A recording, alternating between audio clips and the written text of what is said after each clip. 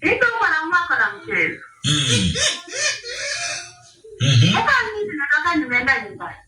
Naenda kuona wazazi wangu. Alafu pia mama yangu pia alikuwa mgonjwa. Sasa mimi siku ya kurudi, nilikuwa nimewaambia nitarudi Sunday. Nikarudi Saturday jioni.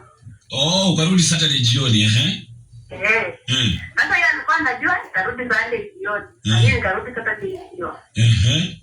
Hapa mimi kurudi na mfasi. Kwanza nakutana na viatu. Kwa mlango. Yesu nakutana na kaka yake. Hata sio kangu.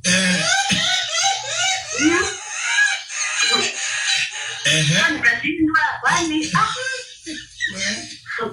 nikaenda jikoni, nikaeka vitu nilikuwa nimetoka nazo nyumbani. Sasa tena nikatoka nje. Hata hawakujua ni kama nimekuja. Nikatoka nje. Hiyo umeingia kwa nyumba hata hajui ushaingia.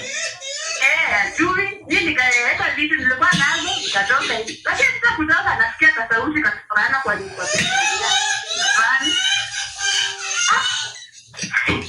Niko mimi na wasaka.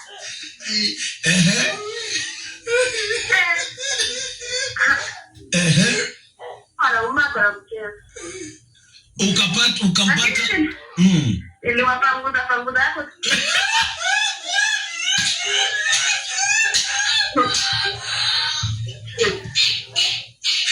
Yaani kitu wanaume kila siku ni hesabu pia fulani. Anataka kupeleka watoto shule. Sasa mimi wala kuna kitu kufanya hesabu ya maisha. Sasa ndio kila siku ni plus. Yaani sasa kila siku tutakuwa tunapatana juu ya kitu moja. Lakini kuna wakati tumekosana tena juu ya hiyo. Anapenda wanawake sana. Lakini sasa kwa nimeshai mpaka. Lakini hiyo siku nilimpata. Ulimpata live. Live. Hata na hata ilikuwa analeta kwa kitanda yangu. Hata sijui nguvu ilitoka, niliwatandika wote. Uliwapiga wote. Uliwapanguza. Kidogo. Anyway, haya bwana Peter. Peter. Ongea na mke wako tafadhali. Mama Neke. Mama Neke. Yes. Habari ya leo?